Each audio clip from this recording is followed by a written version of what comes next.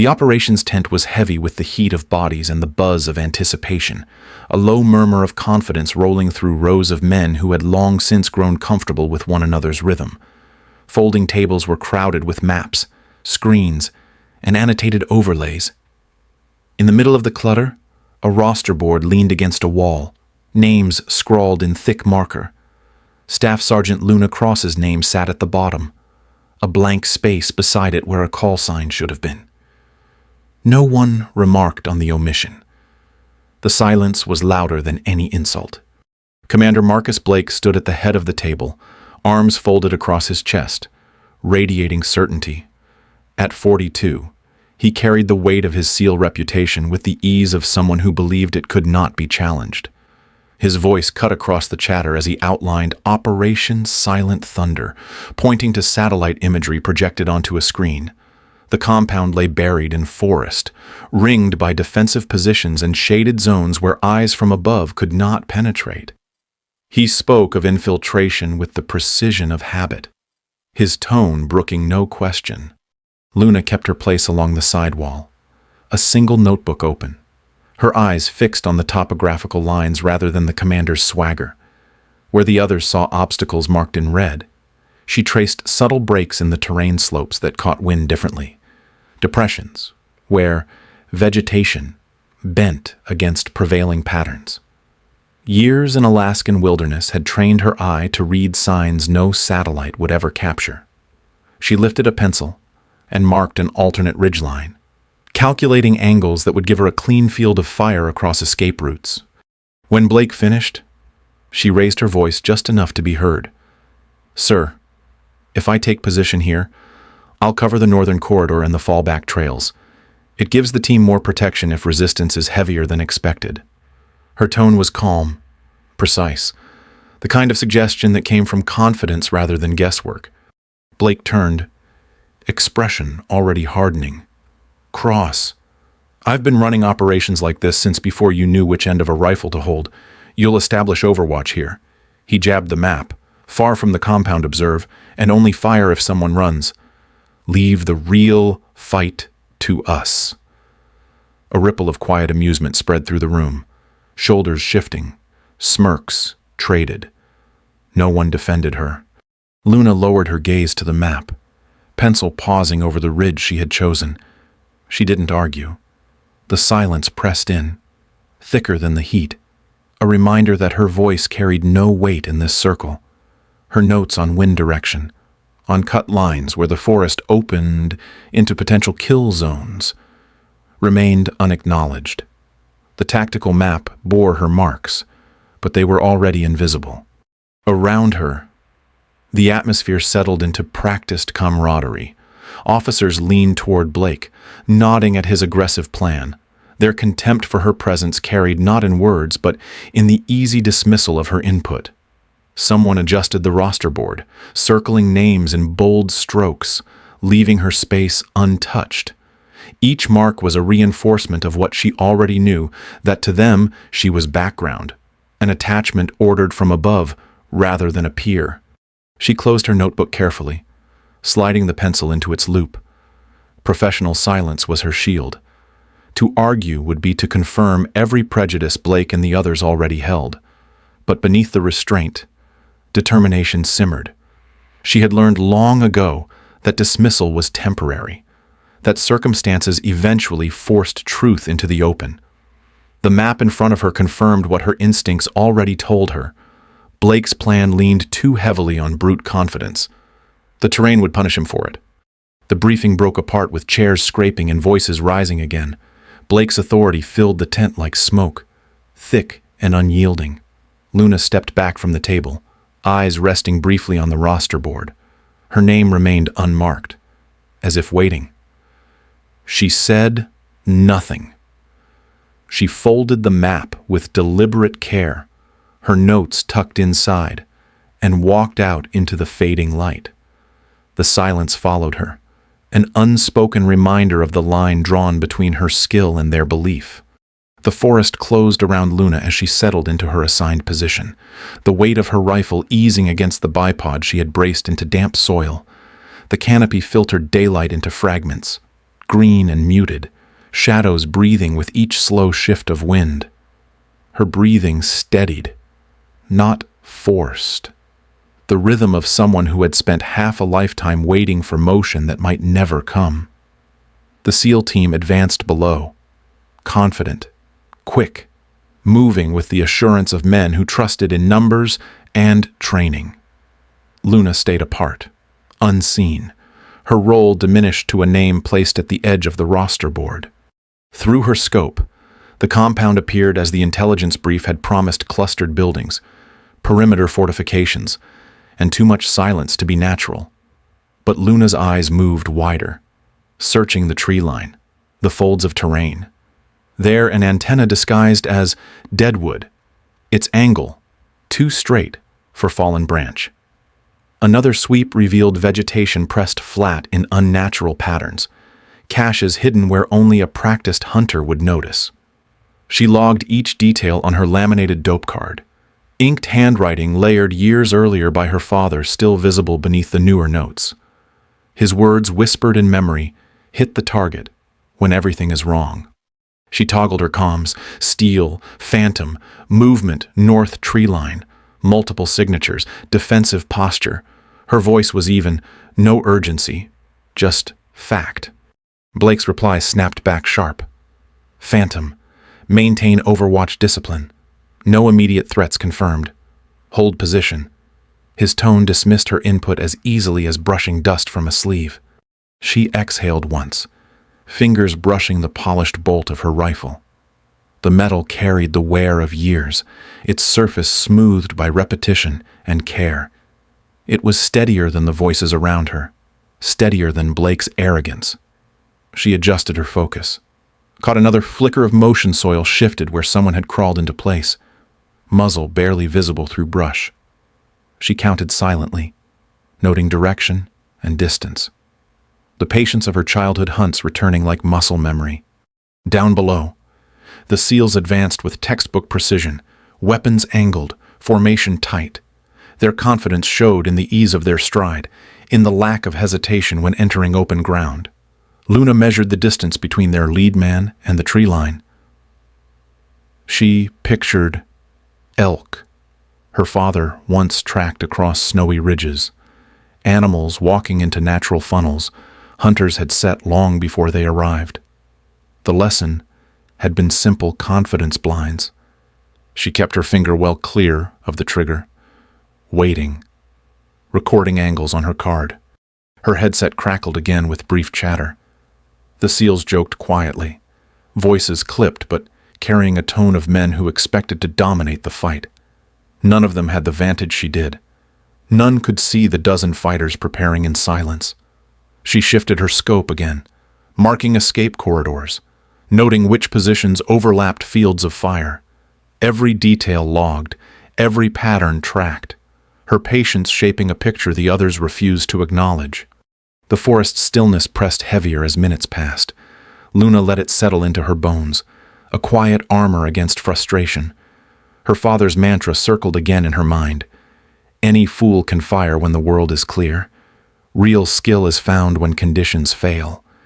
She stayed motionless, waiting, watching, every sense honed not to action, but to readiness. The SEALs drew closer to the compound, still blind to the net tightening around them. Luna's reports had been dismissed, her foresight unvalued, yet the truth sat in her scope. Undeniable, she whispered to herself. So softly it was lost beneath the forest's weight. Everything's wrong. The forest didn't answer. Neither did Blake. She kept her eyes on the glass, silent, patient, unseen. The first burst of fire came sudden and overwhelming, ripping through the forest with a violence that turned silence into chaos. Muzzle flashes sparked from the tree line, strobing against shadows, each burst tracing lethal arcs toward the open ground where the SEAL team had just advanced. The compound's perimeter erupted in answering fire, turning the clearing into a furnace of bullets. Soil spat upward in violent sprays, branches shattered and fell in fragments. Blake's carefully drawn assault path had become a kill box, and his men were caught in its center. Contact front. Contact rear voices screamed through comms, clipped by static. Luna held her breath, scope steady, watching from her ordered post. The ambush was textbook, precise, devastating. Fighters she had counted earlier opened fire in overlapping arcs. Each angle, closing, escape. Blake's confidence now fed disbelief. His voice cracked across the channel, sharp, but breaking. Where the hell did they come from? Return fire. Return fire. The team dropped low, searching for cover that didn't exist. Suppression rounds hammered their positions, grenades arcing in short, brutal bursts.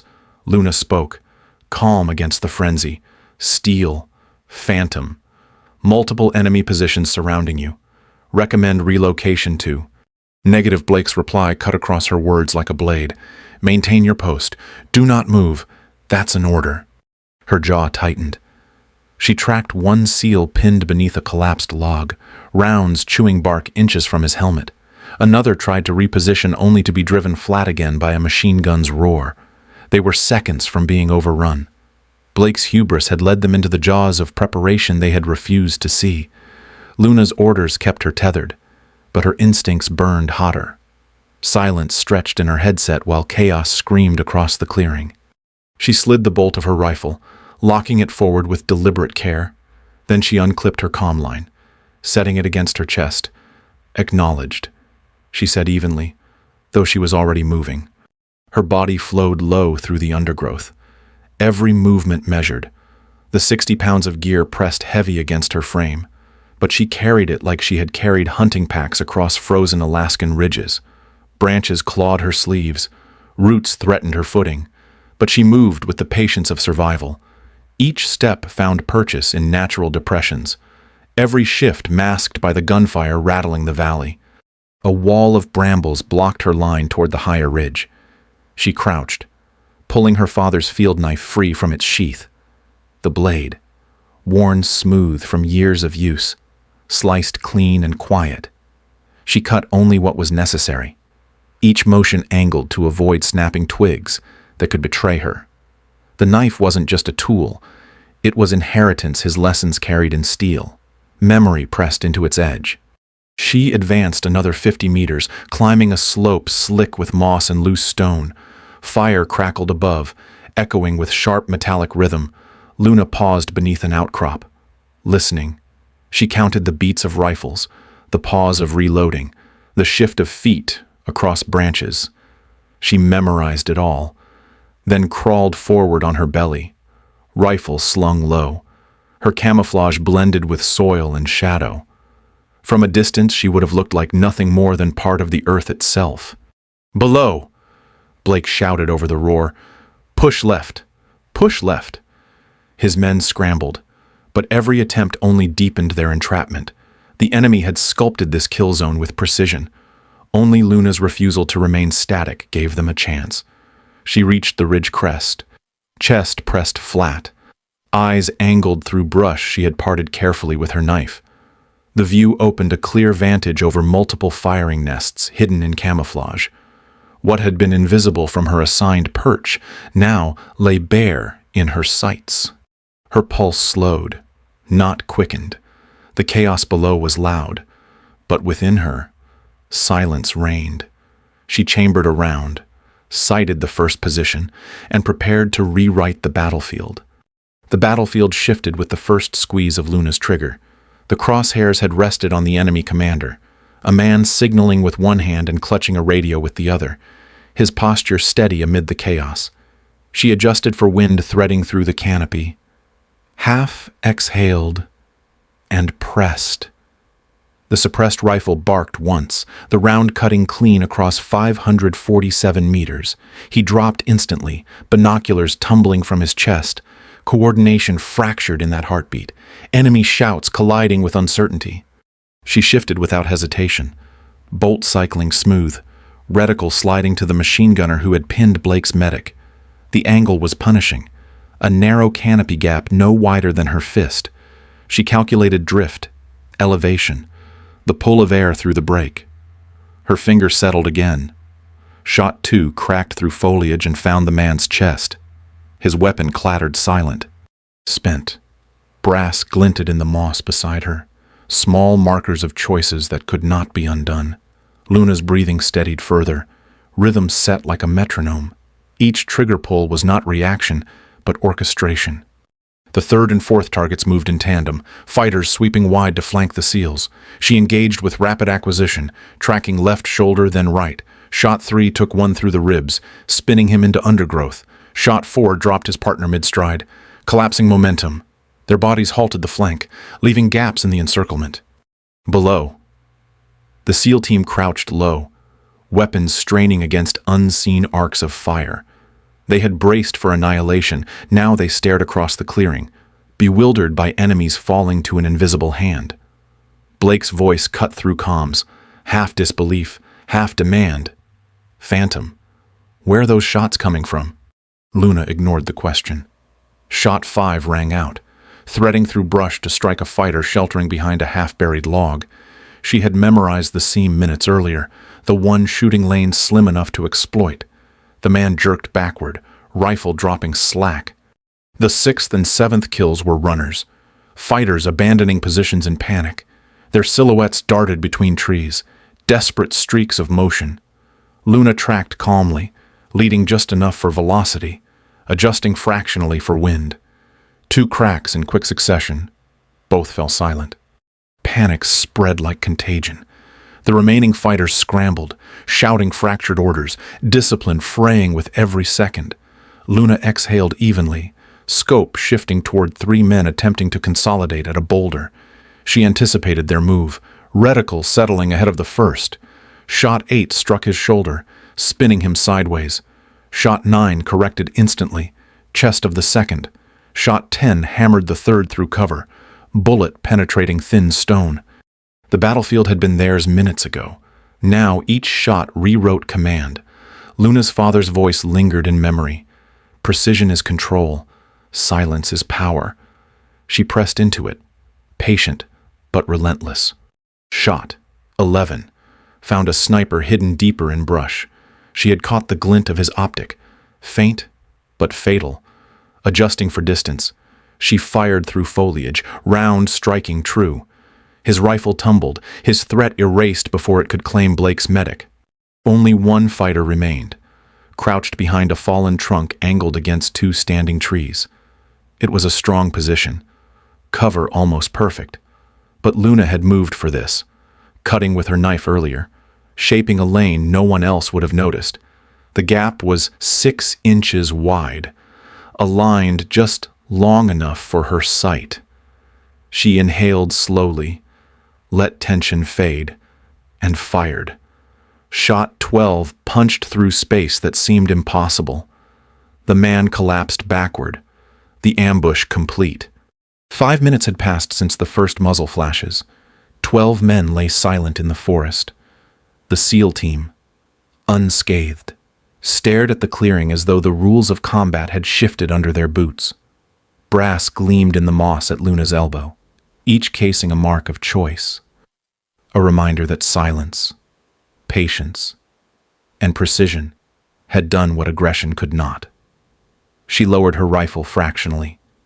The metronome stilled. The thump of rotor blades filled the night, heavy and relentless, drowning out thought as the extraction bird lifted away from the clearing. The SEALs sat slumped against the fuselage walls, helmets loose, eyes fixed on nothing. Their weapons rested across their knees, barrels dark with residue. No one spoke loudly. The silence carried the weight of survival. In the dim red glow of the cabin, Luna sat opposite, her rifle balanced across her lap, the spent casing count still fresh in her mind. She didn't move except to rest a gloved hand against the stock, as though grounding herself in the familiar. Commander Blake sat across from her, face streaked with dust, eyes refusing to settle. For the first time, his voice lacked volume. "Cross," he said, words almost lost under the blades. "I owe you an apology." He paused, looking down at the deck before lifting his eyes again. 12 targets. 5 minutes. I've never seen anything like it. You saved every life on my team." Luna's expression didn't shift. She met his gaze with calm restraint, voice even. "Just doing my job. Sir, no triumph, no bitterness. A statement of fact, nothing more." The words hung between them, quieter than the engines, sharper than any rebuke. Around them, the SEALs exchanged brief glances. No jokes carried now, no muttered doubts. A few whispered the call sign that had been assigned almost as dismissal phantom. The word passed from man to man with new weight, stripped of mockery, shaped by what they had witnessed. In the shadows, the name sounded less like a nickname and more like an acknowledgement of presence they had failed to see until it was undeniable.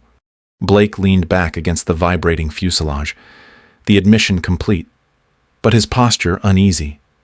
Respect was there, yes, but laced with the discomfort of pride forced to bend. The man who had once dismissed her as background now owed his survival to her defiance of his order. That truth would not leave him, no matter how much he tried to fold it into neat lines of command. The helicopter touched down at the forward base long before the tension broke. They filed out into the night air, boots striking gravel, silence stretching into procedure. Weapons were cleared, gear stacked, the rhythm of soldiers slipping back into routine. Luna followed without hesitation, her movements measured, nothing wasted. Her rifle was carried the same way it always was, methodical, precise. No one missed that it looked more natural in her hands than theirs. Inside the debrief tent, fluorescent lights replaced red glow, screens flickered with grids, timelines, overlays. A staff officer typed without lifting his head, capturing the official version. The report was clinical, detached. Enemy numbers listed, casualties confirmed, mission success marked. Luna's contribution entered the log as supporting fire, stamped classified in neat black ink, the extraordinary reduced to a line. The SEALs sat scattered across folding chairs, exhaustion etched on their faces. A few glanced toward her when her name was spoken in passing, but no one broke the silence to call it what it had been. Only in low murmurs did her call sign surface again. Reverent. Now. Phantom. It was not recorded. Not repeated officially. But it lingered in the tent, like smoke. At the roster board later, her name was no longer blank. Someone had written Phantom beside it in thick marker, the strokes uneven but permanent. No one admitted to making the mark. She stood a pace back, eyes settling on it only once before turning away. Recognition had come, not in ceremony or command acknowledgement, but in whispers and a name scrawled across plastic. It was enough. Respect mixed with unease. Silence holding what words could not. She endured it as she always had, with patience, restraint, and the quiet certainty that her job had been done. The desert training range stretched wide under a pale sky, heat shimmer rising from steel targets fixed against the horizon. Dust shifted in lazy curls with every crosswind, bending flags tied to posts along the firing line. Young shooters lay prone in staggered rows, rifles braced, scopes fixed, their shoulders stiff with the impatience of men and women eager to impress. The crack of gunfire rolled unevenly across the basin, some shots on target, others striking sand. Each round, marked by frustration, whispered into dry air. Behind them, Luna Cross walked slowly, boots pressing faint tracks in the dust. Her notebook rested against her forearm, pages filled with meticulous notes and corrections. She paused at one shooter struggling against the wind. His round had drifted wide, clean off steel. Without a word, she knelt, plucked a blade of dry grass, and let it fall. The stalk bent sharply east.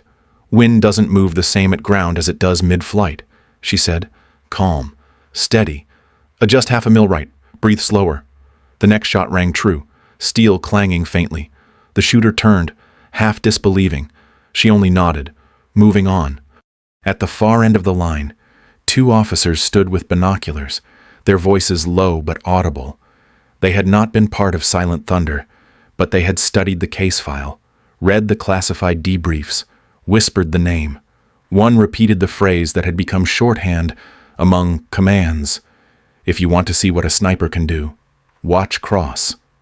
The words carried across the range, not shouted, yet the students heard. A few straightened, unconsciously. None spoke. Luna paused near the shade of a canopy, notebook open on the tailgate of a truck. Her pencil traced small corrections across shot diagrams, numbers neat and exact. The folded patch sat tucked beside the paper, edges worn.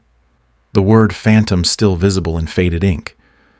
She glanced at it once, then closed the notebook, slipping the patch inside as if memory belonged folded, not displayed. A young woman approached hesitantly, rifle slung awkward across her shoulder. "Ma'am, how do you know when to fire if everything feels wrong?" The question hung earnest, more doubt than curiosity. Luna studied her, then answered with the lesson her father had pressed into her bones years before. Anyone can pull a trigger when conditions are perfect. The real test is when nothing lines up: bad wind, bad angle, bad odds. That's when discipline matters most. Trust the math. Trust yourself. The woman nodded, grip tightening on her rifle, as though holding more than weight. Admiral Blake arrived later that afternoon, uniform sharp against the dust, ribbons catching faint sunlight. He stood at the edge of the range, arms crossed, watching Luna instruct in silence. When approached by another officer, he spoke evenly, leaving no doubt. Doctrine has to change. Cross proved that. Skill isn't about fitting an image, it's about control of the field. He didn't raise his voice. He didn't need to. His presence gave the statement permanence. As the sun lowered, the range quieted. Students packed rifles, brass casings glinting faintly in the dirt before being gathered. Luna remained a moment longer, scanning the horizon through her scope, though no target remained. She exhaled, the sound barely audible, and remembered her father's mantra: "The mind is the weapon, the rifle only a tool." She closed her eyes briefly, not in triumph, but in reflection. Her name was no longer blank space on a roster. It had become instruction, expectation, a standard whispered and repeated. Phantom was not just a call sign, now it was legacy. And as the wind pulled one last curl of dust across the range, Luna Cross stood in its silence, her presence carried forward by those who would follow.